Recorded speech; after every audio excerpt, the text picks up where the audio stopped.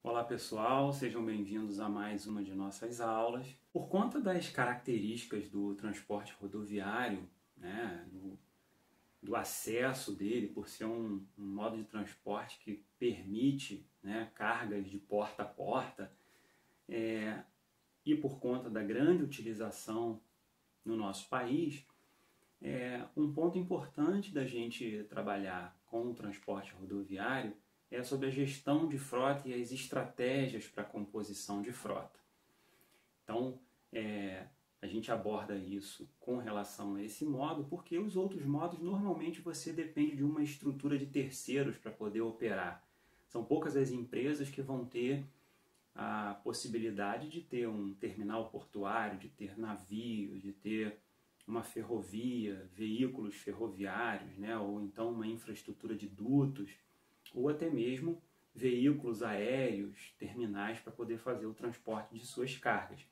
Então, o rodoviário ele tem essa característica de ser mais acessível, requerer poucos investimentos e por isso é importante a gente abordar a gestão de frotas no caso do modo rodoviário. Bom, a gestão de frotas ela tem várias etapas, se é que a gente pode chamar assim, para se fazer esse trabalho. Se vocês observarem nos nossos slides, nós temos uma figura que divide a gestão de frotas em planejamento, estratégia, operação e controle. Bom, no caso do planejamento para a gestão de frotas, nós destacamos aqui duas variáveis, que é o dimensionamento da frota e a adequação dessa frota. Quando a gente fala de dimensionamento, a gente está falando aqui principalmente da quantidade de veículos em função da demanda por transporte. E quando a gente fala de adequação, a gente está falando de requisitos técnicos desses veículos para que eles façam o transporte daquela quantidade demandada. Ok?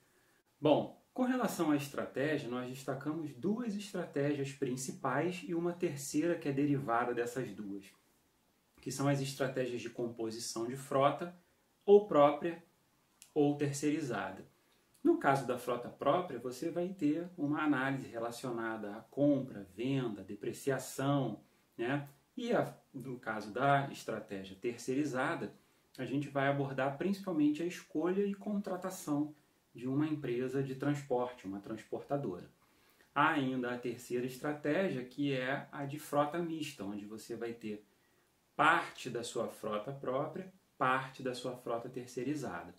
No caso da operação, as duas estratégias, seja a sua frota própria, ou sua frota terceirizada, ou até mesmo mista, você vai ter que passar pela operação em termos de utilização dessa frota. Que tipo de transporte ela vai fazer, que tipo de serviço, qual o volume transportado, qual é a ociosidade, quais são os custos. Então, toda a utilização dessa frota levanta uma série de necessidades para que você observe para fazer a operação.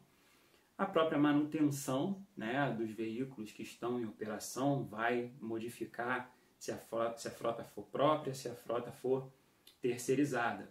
Inclusive, essa manutenção ela pode ser uma manutenção mesmo você tendo uma frota própria, ser uma manutenção terceirizada. Ou ainda você ter uma frota própria com uma manutenção própria. No caso da terceirização, normalmente o pacote que você paga por não ter uma frota própria, por ter uma frota terceirizada, já vem junto com a manutenção. Então as empresas transportadoras fazem o transporte, são responsáveis inclusive pela manutenção.